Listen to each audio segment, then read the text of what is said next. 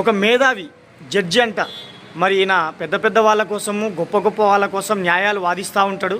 ఈ మధ్యకాలంలో ఫేమస్ అయిన పర్సనాలిటీ, ఒక పార్టీ కూడా పెట్టిండు. ఈయనకు చట్టాలు ధర్మాలు మరి న్యాయాలు ఇవి తెలుసో తెలీదో నాకైతే తెలియదు. అయితే నోరు జారిన పాపానికి ఏం పరిణామం జరిగిందో ఒక్కసారి చూడండి.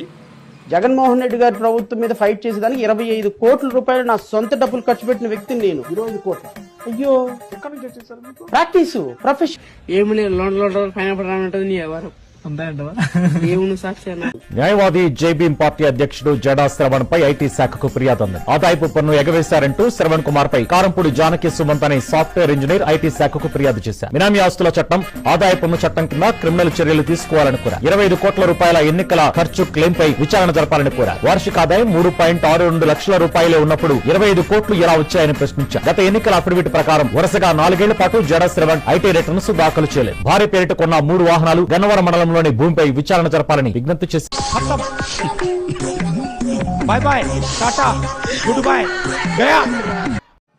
పెద్దలు చెప్పిన సామెత ఒకటి ఉంది, నోరు జారితే డబ్బుకు ముప్పు, కాలు జారితే పిర్రకు ముప్పు అంటారంట. దీన్నే వేరే రకంగా కూడా అంటారంట.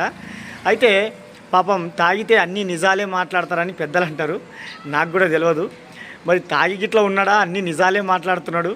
నిజంగా విచిత్రం. అసలు అన్నీ తెలిసిన వాళ్ళే ఇట్లా మాట్లాడితే ఏం తెలియనోడు ఇంకెట్లా మాట్లాడాలి?